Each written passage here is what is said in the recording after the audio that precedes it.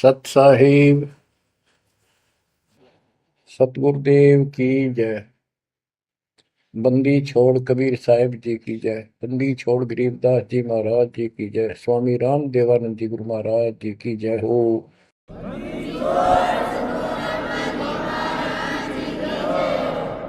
सर्व संतों की जय, सर्व भक्तों की जय, धर्मी पुरुषों की जय।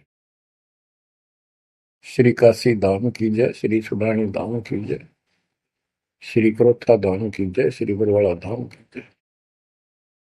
सत साहिब गरीब नमो नमो सत पुरुष को, नमस्कार गुरु की नहीं। सुर नर मुनिजन साधुआ, संतों सर्वस दीन। सतगुरु साहिब संत सब, दंडवतम प्रणाम। आगे पीछे मध्य हुए, किनको पूर्व। कबीर सतगुरु के उपदेश का, सुनिया एक विचार। जय सतगुरु मिलते नहीं, जाते नरक द्वार। नरक द्वार में दूत सब, करते खेचा तान। उनसे कभू नहीं छूटता, फिरता चारों खाने। कबीर चार खानी में भरमता, कबहू न लगता पार। सो फेरा सब मिट गया, मेरे सतगुरु के उपकार। जय जय सतगुरु मेरे की, जय जय सतगुरु मेरे की। सदा साहिबी सुख से वसियो, अमरपुरी के डेरे की। जय जय सतगुरु मेरे की, जय जय सतगुरु मेरे की। सदा साहिबी सुख से वसियो, सतलोक के डेरे। निर्विकार निर्भय तू ही, और सकल वैमान। जी साधो और सकल वैमान। सब पर तेरी साहिबी, सब पर तेरी साहिबी। तुझ पर साहिब नाम, निर्विकार निर्भय। परमपिता परमात्मा कबीर परमेश्वर जी की असीम श्रद्धा से बच्चों आपको अमर कथा सच्चा ज्ञान सुनने को मिल रहा है। आपकी किस्मत परमाने अलग लेखनी से लिखी है, अलग आपका अकाउंट है, जिस पर काल का कोई अधिकार नहीं है। बच्चों, परमात्मा का एक एक शब्द अपने को सत्य मानना होता है। या तो भक्ति पर लगो मत, भोगो कष्ट। भक्ति पर लग के भी और भक्ति मार्ग में अविश्वास होता है, तो वो प्राणी सफल नहीं होता। जैसे दास को पहले शुरुआत में परमात्मा की चाह खूब थी, और ये सुना करते थे द्रौपदी का तीर मिट गया, नरसिंह दास भगत की कुंडली भगवान ने ली। तो इस तरह की बातें आत्मा मानती थी, भगवान कुछ भी कर सकता है। पर कोई कह देता था नहीं, ऐसा नहीं हुआ करता है, तो वैसे भगवान की आस्था बनाने के लिए कह रखा है, ऐसा नहीं हो सकता। तो मन ये भी मान लेता था कि ऐसा ना होगा, पर भगवान तो है।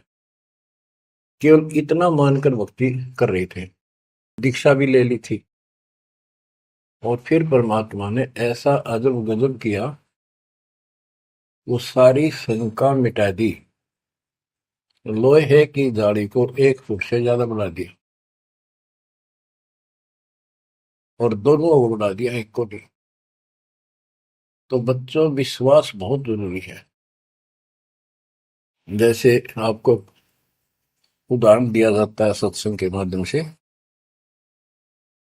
एक गांव के बाहर 2 साधक साधना कर रहे थे। एक 40 साल से बैठा था, आयु 60 के आसपास हो चुकी थी। दूसरा 4 वर्ष से साधना करने लगा था, वो भी घर त्याग कर बाहर आश्रम बना रखा था। तो बच्चों, वैसे तो साधना दोनों की ही शास्त्र विरुद्ध थी। पिछले संस्कार से प्रेरणा इतनी प्रबल हो जाती है कि आत्मा भगवान की तरफ तड़प जाती है, उसको खोज के लिए निकल पड़ती है, और जैसा कोई मार्गदर्शन मिलता है उसी अनुसार अपना सारा जीवन कुर्बान कर देती है। उससे उसको कुछ तप मिल जाता है, बन जाता है, और कुछ सिद्धियां आनी शुरू हो जाती हैं। उससे उसका वहां बोलबाला हो जाता है। फिर उसकी मृत्यु के बाद वहां एक यादगार बना दी जाती है। वो नरभाग, आप तो नरक में गया, आने वाले उस गांव की कई पीढ़ियों को भी नरक भेजने का सामान तैयार कर गया। आने वाली पीढ़ियां उसी पर मत्था टेक टेक के उस कब्र पे, उसकी मूर्ति पे, और अपनी मनोकामना पूर्ण करवाती हैं। होता किसी का कुछ नहीं, पर वह भावना बन जाए, एकाधिक वैसे सूत बैठ जाए, दाव लग जाए, स्वाभाविक। जो भक्ति ना करते उनका भी हो जाता है, वो तो उसका संसार होता, और वो नियमित उसका कर देते थे। हम भी ऐसे ही थे। अब बताना चाहता दास, फिर भी विश्वास बहुत काम करता है। भगवान उसके नंबर देता है अलग से, तो उसकी भक्ति में आस्था अगले जन्म में भी बनी रहती है इस तरह की क्रियाओं से। जो आस्तिक और नास्तिक दोनों क्रिया करता है, वो घर का रहता ना घाट का। एक देवदूत आया करता था ऊपर से, विष्णु जी के लोक से, और वो आकर के उन दोनों भक्तों से काफी देर तक चर्चा परमात्मा की करता था। प्रश्न करते रहते थे, भगवान ठीक है, वहां की व्यवस्था कैसी है। तो वो दोनों, ये देवदूत दोनों भक्तों के पास घंटों बैठ कर जाया करता था। देवदूत से भगवान ने पूछा भी, विष्णु ने, कहा जाता है ये ऐसे ऐसे आपके भगत हैं, बहुत गजब के, कुर्बान हाथ के लिए तो उस गांव में, और मैं वहां बैठ रहता हूँ कुछ देर जाके, आपके ऊपर तो कुर्बान है। तो भगवान बोले, विष्णु जी बोले, मैं भगत तो एक है, एक तो वैसे टाइम पास करे। देवदूत बोला, जी वो होगा जो 40 साल से आपके लिए कुर्बान घर छोड़ के आया हो। तो भगवान बोले, ना, दूसरा जो 4 साल से बैठा है वो भगत है, उसको मुझ पर विश्वास है और बड़े पर को विश्वास नहीं है। ये बात उस देवदूत का गले नहीं उतरा, ये तो हो ही नहीं सकता। तो भगवान ने समझ लिया कि देवदूत की विश्वास नहीं मेरी बात पे। तो विष्णु जी बोले, भाई एक काम करना देवदूत, आज तू लेट जाना समय से, दूसरे समय जाता है, और फिर वो पूछेंगे कारण लेट होने का, उनको फिर ऐसे बताना कि आज भगवान ने समय दे रखा था कि दोपहर को सुई की नोक में से, जिसमें धागा डक, सुई के नक्के में के सुराख में हाथी निकाल लेगा भगवान, और कहना कि मैं उसको देखने के लिए रुक गया। और भगवान ने हाथी उस सुई के नक्के में के निकाल दिया। वो इसी तरह की क्या, देवदूत पहले उसके पास गया, बड़े के पास, क्योंकि उसको भरम था। तो विष्णु जी ने कहा था, फिर ये देखना वो कौन क्या प्रक्रिया करता है, तुझे स्वयं फैसला हो जाएगा भगत कौन है। देवदूत उस बड़े के पास गया, उसने भी ये जाते कारण पूछा कि क्या बात, देवता से लेट हो गए, आपकी बहुत इंतजार थी और आपके साथ बैठकर भगवान की चर्चा करते थे, अच्छा समय व्यतीत होता था। क्या बात होगी, क्या कारण हो गया, लेट हो गया आप आज? देवदूत ने वही बताया कि आज दोपहर को भगवान ने एक लीला करनी थी, वो देख कर आया। तो भगत बोला, क्या लीला की? कि कमाल कर दिया भाई, हद कर दी। भगवान ने एक हाथी को सुई के नक्के में निकाल दिया। इसको देख कर आया मैंने, इसको देखने के लिए रुका था। भगत बोला, 40 साल वाला देवदूत देवता, इसी झूठ बोल, किसी का जत जा, ये कभी हो सकता है? सुई के नक्के में का हाथी निकल जा, क्यों झूठ बोल रहा है? देवता होकर ऐसी बात कर रहा था। तो उस देव की भैंस उठ गई और उसके सारे अनुभव फेल हो गया। तो भगवान ठीक है, कहते हो तो कति डांगर है। जब इसको इतना विश्वास नहीं, भगवान कुछ नहीं कर सकता, तेरे जैसा घसियारा है, फिर भक्ति क्यों कर रहा है? देवदूत उठ कर चल पड़ा। फिर वो 4 साल वाले के पास गया। उसने सोचा, यूं तो हमारा धमका दे मेरे को, गुस्से होएगा, इसको तो ज्ञान ही कुछ नहीं होगा अभी तक। उस 4 साल वाले ने भी, भगत ने पूछा, देवदूत जब लेट हो गए, आपके आने की बड़ी इंतजार रहती थी, आज तो सोच लिया था शायद नहीं आएंगे, क्या काम हो गया ऐसा कोई, हमें भी बताओ। देवदूत बोला, भाई क्या बताऊं, झूठ मैं कह नहीं सकता और सच्ची की शिकायत गला उतरती नहीं।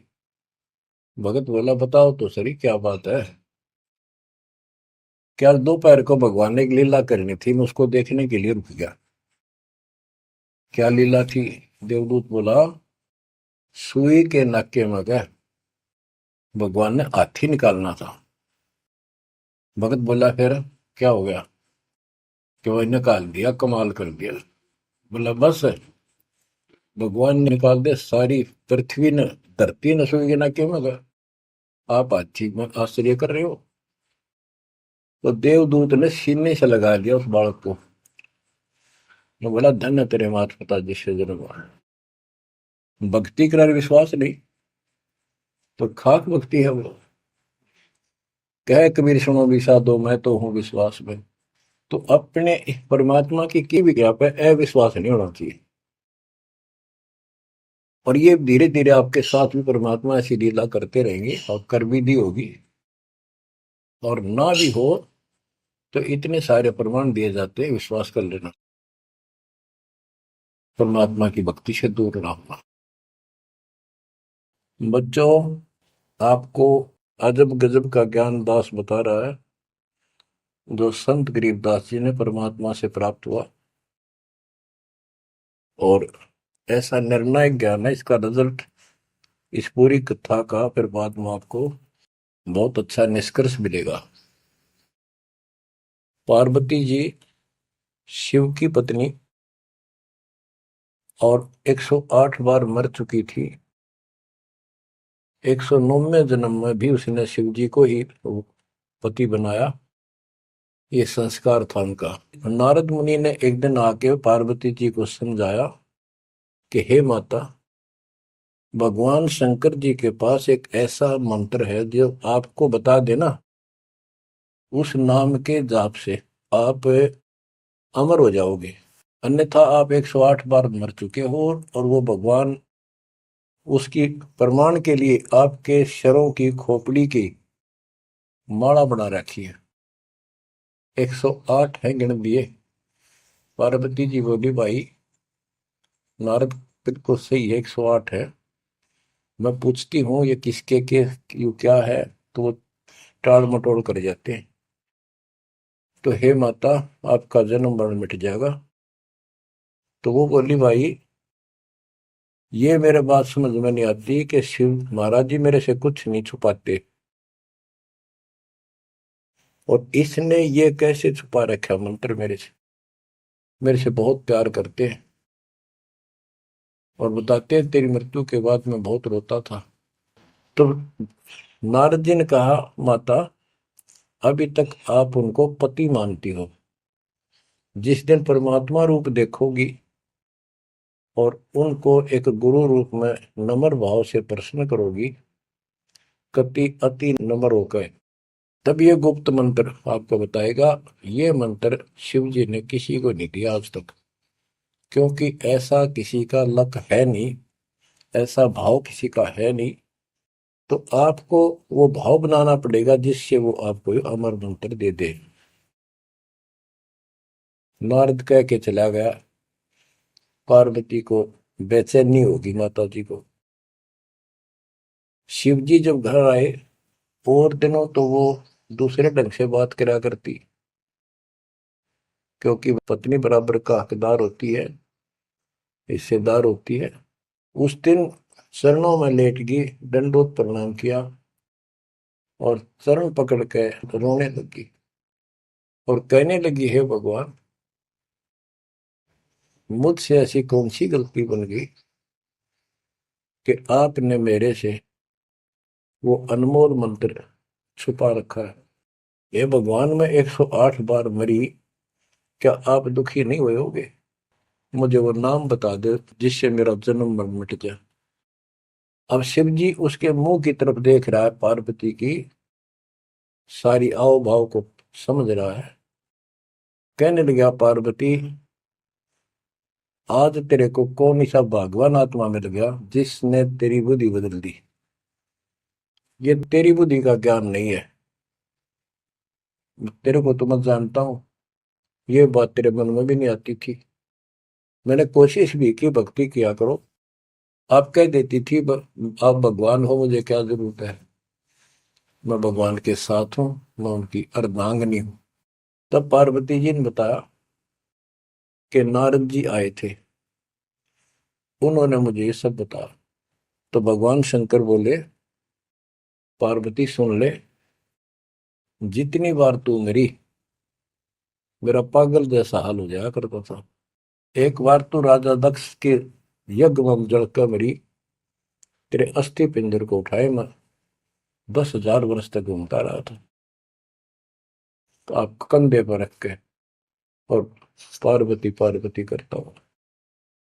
तो एक सुदर्शन चक्कर आया, उसने काट के तेरे टुकड़े कर दिए शरीर के। जब मैं ठगा सा रह गया, मेरे हाथ कुछ नहीं बचा, फिर तेरा जन्म हो गया, शादी फिर होगी, वह भूल पड़ी। ये मंत्र ऐसा अजब गजब है, ये आम व्यक्ति को नहीं बता जा सकता। भगवान शंकर जी ने कहा कि अब तेरी आत्मा सच्चे दिल से डिमांड कर रही है, अब मैं तुझे यू नाम दूंगा। गरीबदास जी बताते हैं कि जैसे सीप एक जानवर होता है, शंखला सा जैसे एक शंख होते हैं, इस टाइप के मजबूत शरीर का, और उसको सीप बोलते, सीप। वह सीप जो है, गर्मी हो जाती है जब उसको अंदर पानी की डिमांड होती है, मोती बनाने के लिए उसमें प्रेरणा होती है, जैसे पशु में गर्भ धारने की होती है।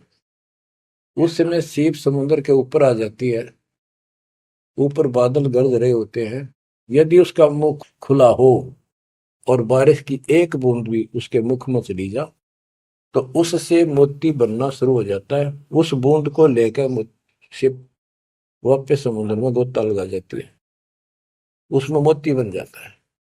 और यदि सीप का वो मुंह बंद हो तो सारा सामान बरस जाए उसके ऊपर, मोती नहीं बने। तो पार्वती को समझाया कि अब तेरी सीप का आत्मा का मुंह खुल चुका है, अब मैं यू नाम दूंगा, असर करेगा। और पहले तेरी सीप आत्मा का मुंह बंद था, इसलिए ये उन्मोद मंत्र ऐसे व्यर्थ नहीं कर सकता था। फिर कहा कि चलो, सुबह सुबह एकांत स्थान पर पहुंच गए। वहां एक सूखा वृक्ष था, पत्ते भी नहीं थे, उसके नीचे बैठ गए। और बच्चों वहां फिर दोनों हाथों की ताली बजाई, तो आसपास के पक्षी उड़कर भाज गए, इतना शोर हुआ। और जो अंडे थे वो बच्चे बढ़ के उड़ गए। उसी वृक्ष की खोगड़ में एक खोखले स्थान पर तोते के अंडे थे। वो जो अंडे थे उस स्वस्थ अंडे तो बच्चे बढ़ के उड़ गए। अस्वस्थ था एक अंडा, कति खराब हो गया था, गंदा हो गया था, वो वहीं रह गया। भगवान शंकर को पता नहीं था कि इसमें कोई तोते के बच्चे भी हैं, अंडे भी हैं। उनको मालूम था कि अंडे भी होंगे तो बच्चे बनकर जा चुके होंगे। अब बच्चों, बहुत सी कहानी इस एक ही कथा से आपको समझ में आएगी। जैसे ये क्या करते हैं, भक्ति ना करके मृत्यु के प्राप्त हो जाते हैं, फिर क्या करते हैं, अस्थियों को उठाते हैं, जड़ी हुई हड्डियों को, उनको उठाकर गंगा में बहा के आते हैं। उनका उद्देश्य तो ये होता है कि इसको इतने गहरे पानी में डाल दे कि जो व्यक्ति मर जाता है, स्त्री या पुरुष, जब वो प्रेत बन जाता है तो अपने घर आता है। घर में वो अपने बॉडी को खोजता है, फिर वो जाता है शमशान घाट पे। उसको एहसास होता है कि ये ताजा ताजा जो फूके गए हैं ये तेरी हड्डी है। उन हड्डियों को अपनी मान कर उनके चिपक जाता है भूत, और फिर कभी घर और कभी उन हड्डियों के पास वहां चक्कर काटता रहता है और परिवार वालों को तंग करता है। तो क्या कर, इसीलिए उसको उन हड्डियों समेत उठाकर उसने इसी जगह डालते हैं, उसको भेदा नहीं लगता और वो भटक भटक के चला जाता है। तो बच्चों, अब हमने न तो ये क्रिया करनी क्योंकि हम भूत बनाए को नहीं, हमारी सच्ची भक्ति है और उससे कोई समाधान नहीं हो जाता। तो इसी प्रकार तो दास बताना चाहता है कि मरने के बाद भी उन हड्डियों को भी वो जीव अपना मान रहा था कि मेरी है, उनके चिपक जाता है। इसी प्रकार जो गंदा अंडा हो गया था, वो आत्मा उसका चिपकी हुई थी कि मेरा है। हालांकि वो कति खत्म हो चुका था, कुछ दिनों में उसकी वो सूख जाता, खत्म हो जाता, फिर वो उसको छोड़कर चलती। तो वो आत्मा उसके साथ चिपकी हुई थी। उधर से पार्वती जी को कथा सुनाना शुरू कर दिया, अमर कथा सुनाई। क्योंकि गरीबदास जी कहते हैं, कबीर साहब ने बताया, हम बैरागी ब्रह्मपद सन्यासी महादेव, सोहम मंत्र दिया शिव जी को, वो करे हमारी सेव। तो कबीर साहब ने इन सब को यो अमर ज्ञान सुना था, सतलोक वाला, सृष्टि रचना सब सुनाई। भगवान ऐसा है, भगवान ऊपर है, भगवान ऐसा है, वो सबका मालिक है। जब तो मान ली, प्रथम नाम एक ले लिया, किसी को ओम दे दिया, किसी को सोम दे दिया, किसी को श्रीयम हरियम दे दिया, किसी को किलियम। इस तरह इनको अपना बनाया परमात्मा ने। और फिर सोचा था कि दोबारा मैं आऊंगा, अगर इनकी बुद्धि काम करेगी, इनकी आस्था ठीक रही, तो फिर नए सिरे तो मंत्र पहला दूंगा। जब दूसरी बार परमात्मा गए तो इन सब की बुद्धि काल ने फेर दी। इन्होंने सुनी भी नहीं कबीर साहब की बात। तो कबीर साहब वापस आ गए। अब वो ज्ञान शिव जी को था, पार्वती को बताया और मंत्र दिया उसको। और बच्चों, 5 नाम शिव जी को बताए थे, लेकिन शिव जी विशेषकर एक सोहम मंत्र ही जाप करता है। ये चक्कर ये है कि जो गुरु बताते हैं हम उस पर ना रुक करके फिर मनमुखी जरूर करते हैं कोई कोई। और परमात्मा जी ने, कबीर साहब ने शिव जी को सब कमलों का भेद बताया था। ये योगी था, इससे तो एक कमल भी नहीं सुलझा था, एक भी, और अभी तक नहीं सुलझा है, लेकिन ज्ञान सारा बता दिया था। तो पार्वती को सुनाया जा रहा था ज्ञान, पार्वती यश करती जा रही थी, देखो ये मूल कमल है, आगे चलो स्वाद चक्र है, फिर नाभि कमल है, हृदय कमल है, उसमें ऐसे ऐसे देवता हैं, कंठ कमल में ऐसा है, त्रिकुटी कमल तक पहुंचा दिया बस। पार्वती जी ध्यान मग्न होगी, उसको नींद आ गई, बोलना बंद कर दिया। उधर से वो पक्षी इस कथा को सुनने से वो अंडा स्वस्थ हो गया तोते का, और ओंकार्य बुलंद आ गया। शिव जी ने देखा, आवाज और तरह की आई, पार्वती तो सो रही है, लटके ले रही है बैठी बैठी। आवाज कहाँ से आई? उसने देखा एक पक्षी उस वृक्ष की खोगड़ में, उथोथे स्थान में नजर पड़ा। पक्षी उड़ कर भाग लिया। शिवजी उसके पीछे चल पड़े कि इसने मेरा ज्ञान चुरा लिया। आकाश में उड़ गया, उड़ के पीछे हो लिया। ये तोते वाला जीव परमात्मा की अमर कथा सुनता है, उसमें भी शक्ति सिद्धि आ गई थी। और ये ज्ञान जो है पूरे पहुंचे हुए संत से, सिद्धि युक्त और अधिकारी से सुनने से ज्यादा असर करता है। भगवान शिव तीन लोक के प्रधान है, इनमें आध्यात्मिक शक्ति है। वो साथ मिलकर उसकी आध्यात्मिक शक्ति के साथ वो वाणी परमात्मा अमर कथा उसके भी बॉडी में गई, उसमें सिद्धि आ गई। मोक्ष तो बहुत दूर की बातें हैं, ये तो लंबा चैप्टर है, लंबी कहानी है, लेकिन सब थोड़ा थोड़ा हिंट आपको देना पड़ता है, कहीं कभी कोई मिसगाइड ना करते। सिद्धियों कहते हैं अष्ट सिद्धि, नौ निधि के भरे पड़े हैं शिव जी, और इनके वचन से भी सिद्धि आ जाती है, किसी को ये कह दे तो। लेकिन सिद्धियां ने के चाटा, ये मोक्ष तो ना हुआ है। भाव कहने का ये है कि वो तोते वाला प्राणी वेद व्यास के आश्रम में पहुंच गया, उड़ता उड़ता पीछे पीछे शिव जी। वहां शरीर छोड़ गए, और व्यास की पत्नी ने जमाई ली थी, उसके द्वारा सांस के द्वारा उस सूक्ष्म जीव अंदर चला गया। और जब गर्भ धारण का समय आया तो उनके गर्भ में स्थान लिया, उस बच्चे के शरीर में प्रवेश हो गया, 12 वर्ष तक वहीं रहा। आगे कथा इसमें आगे आएगी, वो बताऊंगा। अब ये वाणी सुनाऊंगा जो आसानी से आपका समझ में आएगी। मोक्ष मुक्ति का लख्यान बेवा, ब्रह्म में पुत्र व्यास सुखदेवा।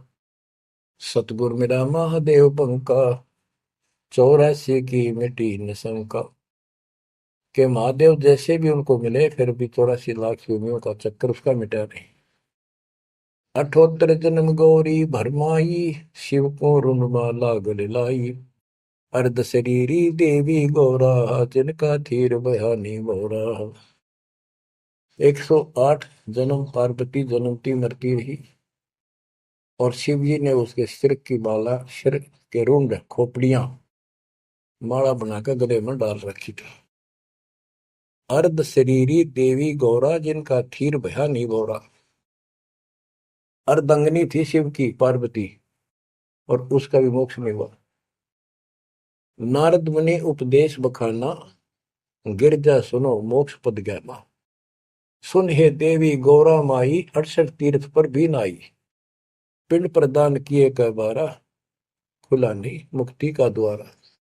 जब पिंड प्रदान कहते हैं ना, पिंड प्रदान करने से भूत जुनी जा छूटे थे, पिंड प्रदान करंत गरीबदास जिंदा के नहीं मिला भगवंत।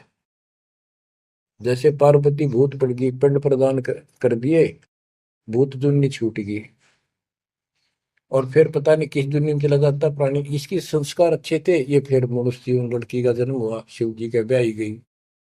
ये पिछले जन्म जन्मांतर की शक्ति भक्ति के कारण मनुष्य जीवन ज्यादा भी हो सकते हैं, लेकिन मोक्ष न होने से फिर 84 लाख योनियों में जाना था। इस पार्वती ने भी आगे भी जाएगी, शिव जी भी मरेगा, पार्वती भी मरेगी, और फिर ये 84 लाख योनियों में जाएंगे। कहते हैं चंद सूरज की आयु लग, जो जीव का रह शरीर। सतगुर से बैठा नहीं तो अंत कीर का कीर। अगर चांद सूरज की आयु तक भी जीव का शरीर रहे और पूरा सतगुरु मिला नहीं, तो अंत में कीड़े मकोड़े बनेगा। अब नारद जी बता रहे पार्वती जी को, सुन हे देवी गौरा माई, 68 तीर्थ पर भी नाई। पिंड प्रदान किए कह बारा, खुला नहीं मुक्ति का द्वार। सारे कर्म कांड कर लिए तेरे मृत्यु के बाद, तेरा फिर भी मोक्ष नहीं हुआ, फिर जन्म हुआ। रुंडमाला शिव के गले माही, सो देवी तुम जानो माही।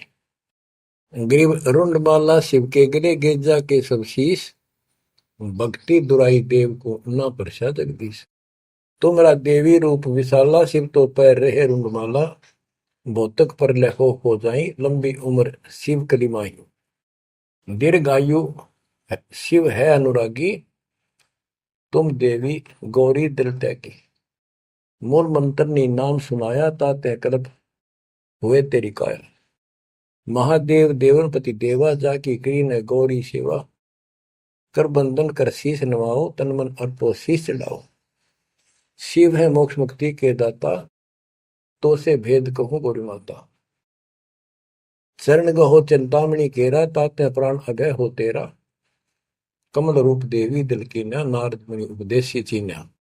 जब आए शिव मंदिर अवधूता, देवी चरण लिए सतरूपा। अब कहते नारद के कहने से पार्वती जी ने, गौरी देवी ने कतिक पाक साफ दिल कर लिया, कमल की तरह। कमल के ऊपर कोई मैल नहीं होता, ना कोई धूल टिकती है, ना जल टिकता है, ना कोई कीचड़ टिकता है। तो ऐसा साफ दिल किया। और जब शिवजी घर पर आए, उनके चरणों में चरण लिए सतरूपा, सच्चे भाव से चरण लिए। चरण पकड़ रोवत है बाला, मोरे शीश किए रूपमाला। मोसे भक्ति दुराई देवा, न जाने नी तुम्हारी सेवा। मोसे भक्ति दुराई स्वामी, हमसे भेद कहो निज दामी। मैं अबला हूं बाला बोली, पार निभाओ हमारी डोली। कति चरण पकड़ के कहने लगी, मैं तो बोली बोली सी लड़की हूं, और मेरा बेड़ा पार करो। बच्चों, ये सारी कहानी आपको मौखिक सुना दी। इन वाणियों में सारा इसी का निष्कर्ष है। अब क्या बताते हैं, गृह मूल मंत्र महबूब का ईश सुनाओ मोही। पार्वती जी कहती है शिव जी को कि उस परमात्मा का समर्थ शक्ति का जो मूल मंत्र है वो मुझे बता दो। अब इन मूल मंत्र का पता नहीं, जिस भी नाम को ये गुप्त रखते हैं, जो विशेष नाम इनके पास है, उसी को मूल मंत्र मांग रहे थे। गृह मूल मंत्र महबूब का ए सुनाओ मोही, युगन युगन के पातक कटे, छूटे तेंद्र द्रोही। पूर्व जन्म की कथा सुनाओ, मूल मंत्र हमें शिव गोराओ। भूल रही भवसागर हमी, मोक्ष मुक्ति के दाता तुम ही। शिव बोले सुन देवी बाता, को उपदेशी मिला विदाता। ये तो ना ही ज्ञान तुम्हारा, हम सो भेद कहो परवार। कि आज जैसे तू बोल रही है कि तेरी बुद्धि की बात नहीं, तुझे कौन ऐसा भगवान आत्मा मिल गया जिसने तेरा मन फेर किया। गिरजा कह सुनो शिव स्वामी, तारण तर आदि घरनामी। नारद मुनि उपदेश समोदम, दीन ज्ञान ध्यान परमोदम। शिव समर्थ बोले हैं जब ही, गौरी ज्ञान सुनाया तब ही। कोटि कल्प प्रलय युग बीती, ज्ञान ध्यान सब ही परचिति। तुमरा मन नारद मुनि फेरा, सुनो ज्ञान तुम गौरी मेरा। बनखंड चलो गौरी दीवानी, पंछी सुने न हमारी बानी। ऐसे स्थान पर चलो पक्षी भी कोई हमारी बात ना सुन सके। जब शिवकर से लाई तारी, उड़ गए पंछी नर और नारी। जहां एक सूखा तरवर ताक्या, वहां पर एक सूखा वृक्ष देखा। शिव को आसन तहां वहां रखा, उसके नीचे अपना आसन लगा दिया, पार्वती को साथ बैठा दिया। जहां एक गंदा अंडा तिस्माही, तिस जाने तय समर्थ साई। योग असंख्य कल्प बरमाया, पूर्व जन्म कोई पिछला आया। अब तुम सुनो गौरी मेरा ज्ञाना, आसन मुख कर कोटिसाना। आसन पदम लगाओ गौरा, मेर दंड सुधा कर भोगा। गरीब आसन पदम लगाए कर, भंवर चुड़ाओ सुन। अनहद नादू बाजही, जहां लगाओ तुम। अब क्या बताते हैं कि उस वृक्ष की खोगड़ में गंदा अंडा पड़ा था, और उस गंदे अंडे वाले जीव के असंख्य जन्म 84 लाख योनियों में हो चुके थे। यहां से उसके भाग जागे,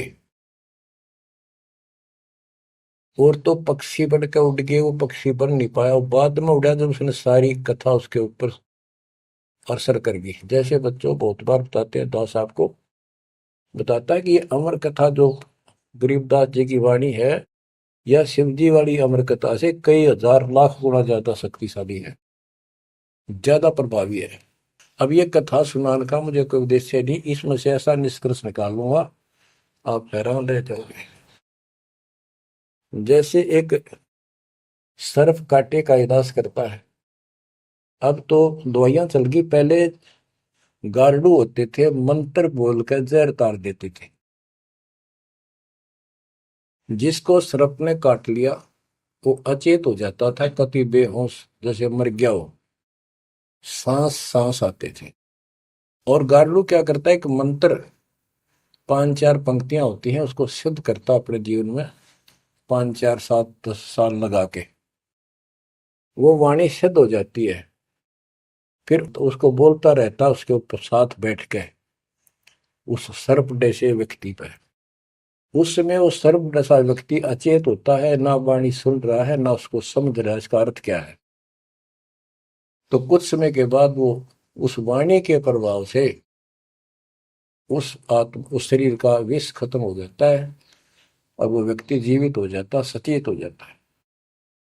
इसी प्रकार बच्चों, परमात्मा की अमर कथा जितना जिस जो सक्षम है उसके मुख से जिस सुनी जाती है, तो उस सत्र का उसको लाभ अवश्य मिलता है।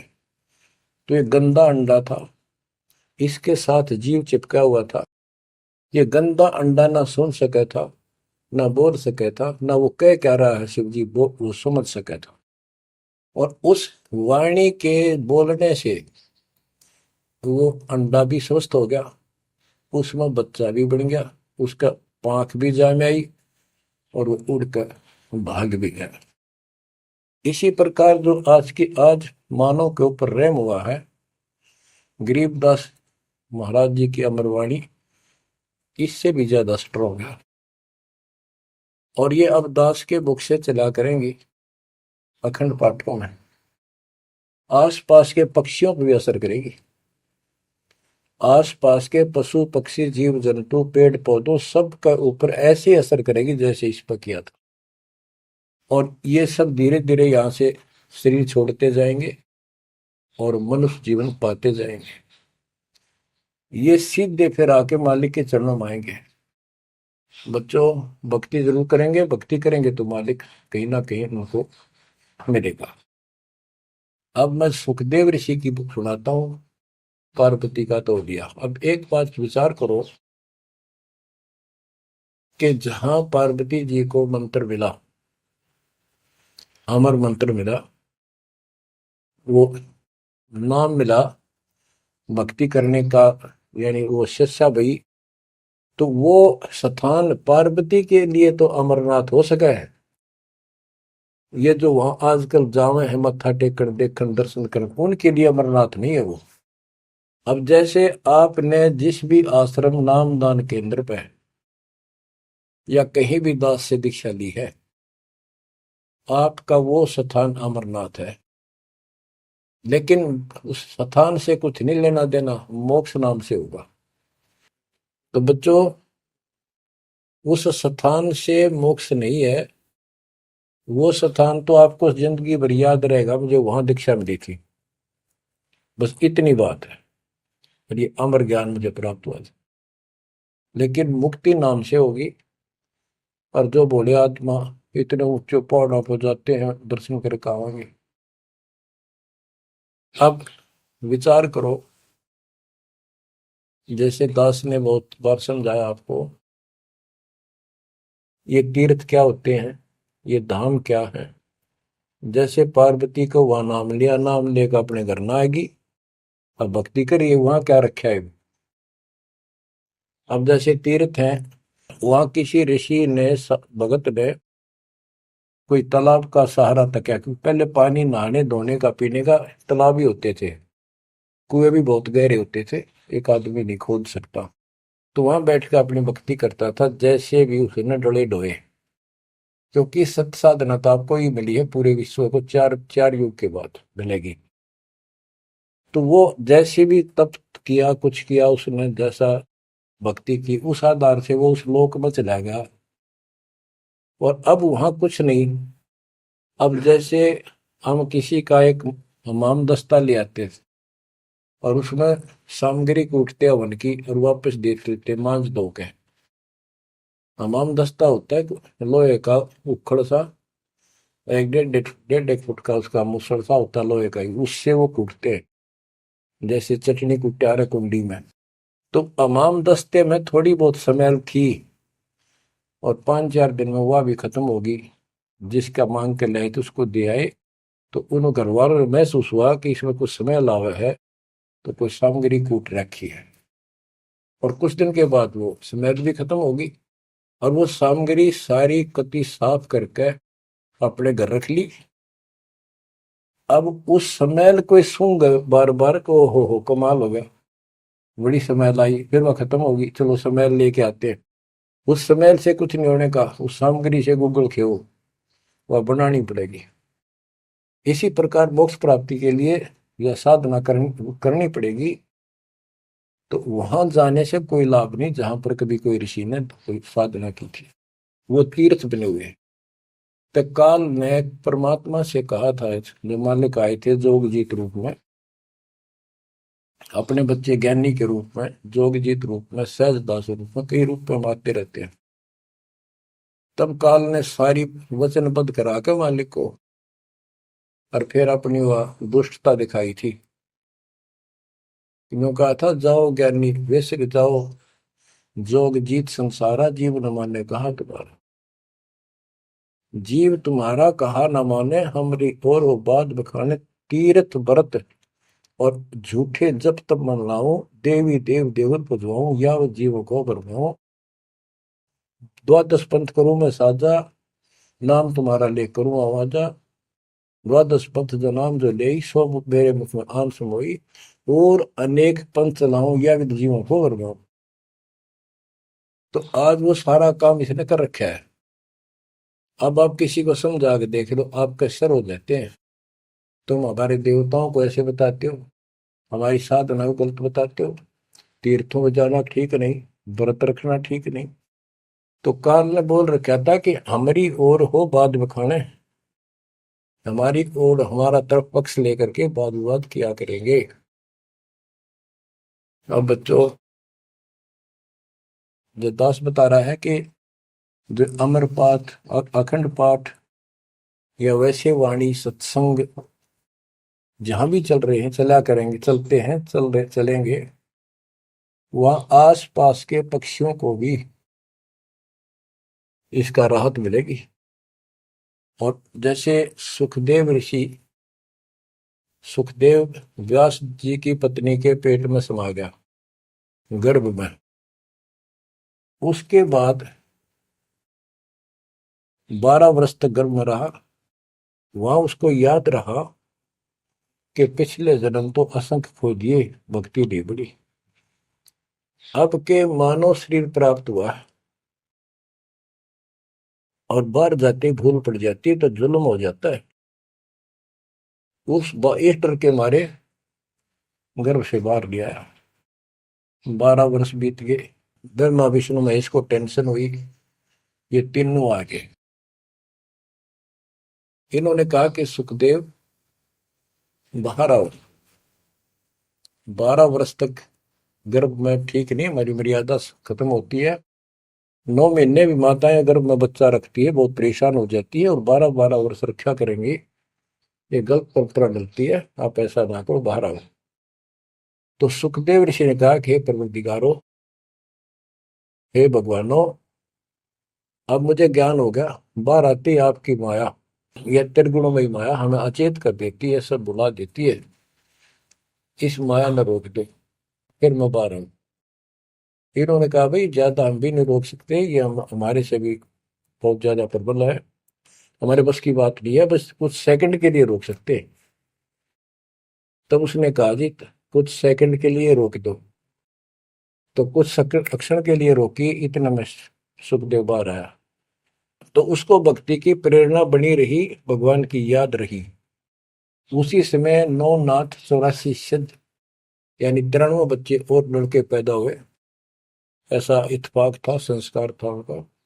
उनको भी ये बातें याद रही, उनमें से 9 तो नाथ बन गए और 84 सिद्ध कहलाए। उन्होंने भक्ति की प्रेरणा बढ़ गई, बचपन से ही मालिक की याद बनी रही। लेकिन सच्चा सतगुरु ना मिलने से ये भी डले डोए।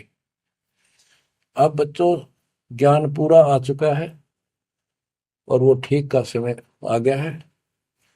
गुरु पूरा, ज्ञान पूरा, भगवान पूरा। तो अब जो ये वाणी चले हैं और दास के मुख से चला करेगी, ये कत्युत मस्तार देंगी। काल के पता नहीं कितने जुगाड़ को तोड़ेंगी, कितने जीवों का उद्धार बनेगा। मनुष्य का तो कहना ही क्या, डांगर डोर पशु पक्षी कीड़े मकोड़ों को भी सहारा मिलेगा इसका। ये इन पुराणों से कथा है और ये आपके सामने सच्चाई इस तरह है। अब तो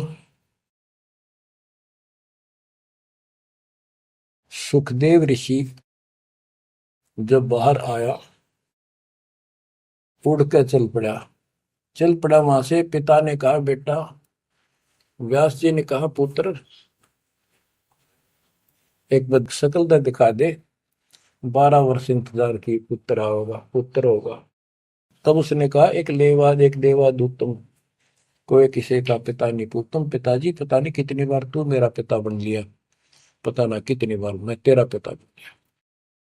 अब मुझे समझ में आ गई है, मैं आपकी तरफ देखूं नहीं, मेरा मोह बन जाएगा। ये छूत की बीमारी है, ये मोह। ये विस्तार से फिर कभी बताएंगे। और ये हम आप लावा जाने का, लेकिन ये उसकी गलती थी। ज्ञान ना होने से इसने इतना ही समझ थी तो वो उस समय गलती कर गया। चलो वो भी इसकी सोच थी।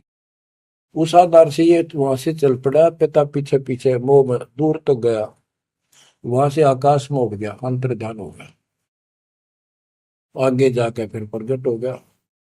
अपने और नाल जो बच्चे की नाभि से, माँ की नाभि से चिपकी होती है, वह गेल बाहर आकर टूट गई, टूट कर बाहर आ गई। वो बाद में काटा करते हुए बिना कटवाई कंधे पर घेर कर उठ गया, आगे काटूंगा। अब आकाश में उड़न की सिद्धि उसमें उस मंत्र से आ गई, वो अमर कथा से। अमर कथा में शिव जी ने पूर्ण परमात्मा की महिमा बताई, जो कबीर साहब ने उसको सुना रखी थी। इसमें काफी प्रकरण है, अब इतना समय नहीं जो मैं वो शायरी बताऊंगा आपको। कभी परमात्मा ने दया की बड़ी जेल में, फिर उनको विस्तार से समझाया करेंगे। तो कहने का भाव ये है कि सुखदेव ऋषि को अभिमान हो गया कि मैं बहुत बड़ा सिद्ध पुरुष हूं, आकाश में उड़ जाता हूं। तो बच्चों स्वर्ग में जाने लग गया, और स्वर्ग के देवता ऋषि महर्षि सब उसको, उसकी जो है ना पूरी वो करें, सम्मान करें, उसकी आरती तारे कि बड़ा धन भाग है तेरे, बड़ी सिद्धि प्राप्त कर ली। इन इतना पता सिद्धि आएगा, और जन्म से ही छोटी उम्र में आपको इतना कुछ प्राप्त हो गया, आप तो बड़े पहुंचे हुए हो। तो सब उसकी खूब अच्छी तरह प्यार रखे, महिमा गाओ। एक दिन उसको, उसने स्वर्ग में जाने की इच्छा व्यक्त की विष्णु जी के लोक में। वहां उसको इसलिए नहीं जाने दिया कि उसका गुरु नहीं था। विष्णु जी तक बात कही। विष्णु जी ने पूछा कि हे ऋषि जी, आपने गुरु नहीं बना रखा? अगर नहीं, गुरु की क्या आवश्यकता है महाराज, ये गुरु बना रहे वो नहीं आ पाए और मैं बिना गुरु के आ गया। विष्णु भगवान बोले ठीक है, वो अलग बात है, या वही रह सकता जो पहले गुरु बनाओ। फिर एक बीमारी और अहंकार के, मेरे बराबर पृथ्वी पर कोई गुरु नहीं, मैं बाल ब्रह्मचारी, वहां कोई ऐसा संत नहीं, वह बनाओ गुरु किसको? विष्णु जी ने कहा कि राजा जनक मेरे परम भक्त है, आप उनसे दीक्षा लो। यूं कह के विष्णु जी चले गए, उसको बाहर निकाल दिया पार्षदों ने। वो स्वर्ग में आए, वहां सारी कथा बताई। फिर अन्य स्वर्ग, कोमर स्वर्ग, फिर ऋषियों के पास आए नीचे, उनको बताया तो सब ने कहा कि सुखदेव बहुत बड़ी गलती कर रखी है, गुरु नहीं बनाएगा, गुरु नहीं बनाएगा तो गधा बनेगा। तो पिछले जन्मों में उसको एकदम वो रील सी चल गई कि मैं कभी गधा बना था एक बार, पर अंधा हो गया, स्वामी ने छोड़ दिया, कुमार ने, और मैं भटकता भटकता इन नाले में फंस गया। मेरा पुड़ी बना दी लोगों ने, आन जान लागे। मैंने कहा नहीं, भटक के भूखा मर के, भूखा होकर तब मरा, प्राण निकले। उस भय से उसको चिंता बनी। फिर अपने पिता के पास वापस आता है। व्यास जी देख के बड़े खुश हुए कि बेटा आ गया। सारी बात पूछी तो सारी अपनी समस्या बताई पिताजी के सामने। पिताजी ऐसे ऐसे बात है, भगवान ने कहा कि राजा जनक को गुरु बनाओ। तो व्यास जी, क्योंकि जितने भी महापुरुष है वो एक सुर में बोलते हैं, उनको इतना ज्ञान तो है, गुरु बिन बात नहीं बनती। उसने विशेष ज्ञान तो सुना नहीं था, वो बैटरी चार्ज होगी, उसने उड़ा उड़ा फिर था, उससे ज्ञान था ही नहीं इसको। तो व्यास जी बोले, रे बेटा, मैं तो खुश था, चलो बेटा ना मेरे पास आया, पर यूं चर्चा तो चल रही है व्यास का बेटा इतना पहुंचा हुआ है, अब तने गुरु नहीं बना रखे, मैं तो तुम्हें कमाल कर दिया। तो दो कोडी का जीव नहीं, कल नहीं ये तेरा प्राण छूट जाएंगे या बैटरी खत्म हो जाएगी और नरक में जाएगा बेटा, गुरु बिन बात पड़ती है। तो आखिर में हार कहने बोला, हे गुरुदेव, हे पिताजी, मैं कैसे गुरु बनाऊं राजा जनक को। राजा जनक गृहस्थी भाई, ओए होए, और कैसे शीश निभाऊं जाए। जनक विदेही राजा भाई, कैसे शीश निभाऊं जाई। ओहो। सुखदेव बोले, ज्ञान विवेक का हमने स्त्री का मुख नहीं देखे। तो उसके पिताजी बोले, जो भगवान ने कह दिया, अरे तू अब भी अगरम बगरम कर रहा है, ये करने का जीव नहीं, तेने ज्ञान भी क्या आएगा, कहाँ जाएगा फिर तू, वहां तेरे को पढ़ने नहीं देंगे स्वर्ग के अंदर। जो मरता क्या नहीं करता, राजा जनक के द्वारे गया, वहां चरणों में मत्था टेका और अपने कल्याण का मार्ग पूछा। बच्चों, क्योंकि यहाँ समय बहुत कम मिलता है, इससे बहुत सी जानकारी होगी आपको, अजब गजब ज्ञान होगा। क्योंकि अभी तक दास ने आपको केवल प्रमाण दिखाए, सारे ग्रंथ सुलझाए और एक नंबर का ज्ञान आपके हृदय में जमा दिया कि जो दास कह रहा है वो सारी सच्ची है। अब दास कोड वर्डों में, संकेतों में भी ज्ञान समझाएगा, तो भी आपकी आत्मा गिल्ला कैच करेगी साथ के साथ। गरीब गोता मारू स्वर्ग में, जा बैठो पाताल, गरीब दास ढूंढता फिरो अपने हीरे मोती लाल। आप वो हीरे मोती लाल हो बच्चों, आप सामान्य आत्मा नहीं हो। जब परमात्मा आपको कैसे रंग रहा है, रंग में कैसे दूध अमृत पिला रहा है आपके घर बैठे, आपको नहीं पता इसका क्या प्रतिफल होगा। बच्चे को माता पिता दूध पिलाते हैं, बढ़िया भोजन खिलाते हैं, उनको पता है कि इसको कितना इसका लाभ मिलेगा। बच्चे को ज्ञान नहीं होता, वो धक्के तो पिलावे, खेलने लग रहा हो, माँ लाओगी बुला के, आजा भाई आजा बेटी, दूध पियावेगी। बस दूध पीता पीता भी इन्होंने सोचा है, बच्चा अब छोड़ दे, जल्दी ही डांक ठोकूं, बाहर खेल का हूं। अब वह दूध पिया के फिर छोड़ देती, जा वे खेल है तू।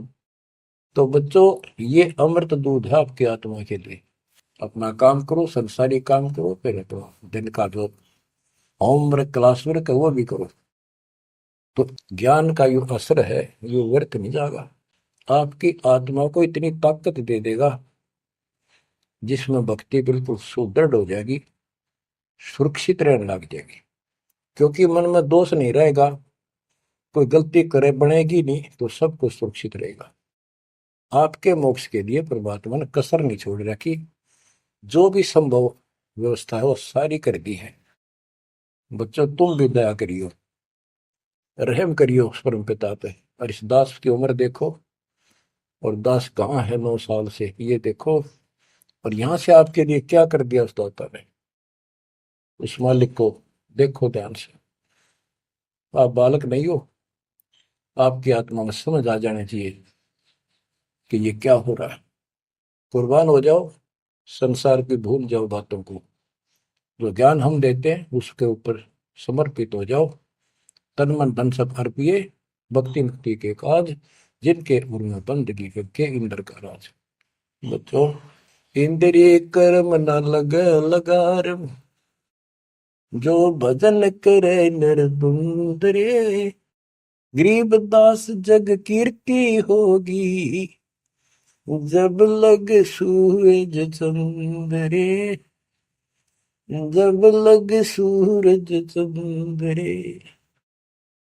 बच्चों, आने वाली पीढ़ियां आपको भी याद करा करेंगी जब तक चांद सूरज रहेंगे। आपका नाम रहेगा कि हमारे कौन माता पिता, कौन दादा परदादा दादी इसे अमृत ज्ञान को हमारे कुल में लाए थे। आने वाली पीढ़ियों के उद्धार के लिए तुम जिम्मेवार हो। कुर्बान हो जाओ। परमात्मा आपको मोक्ष दे, सदा सुखी रखे। सत साई।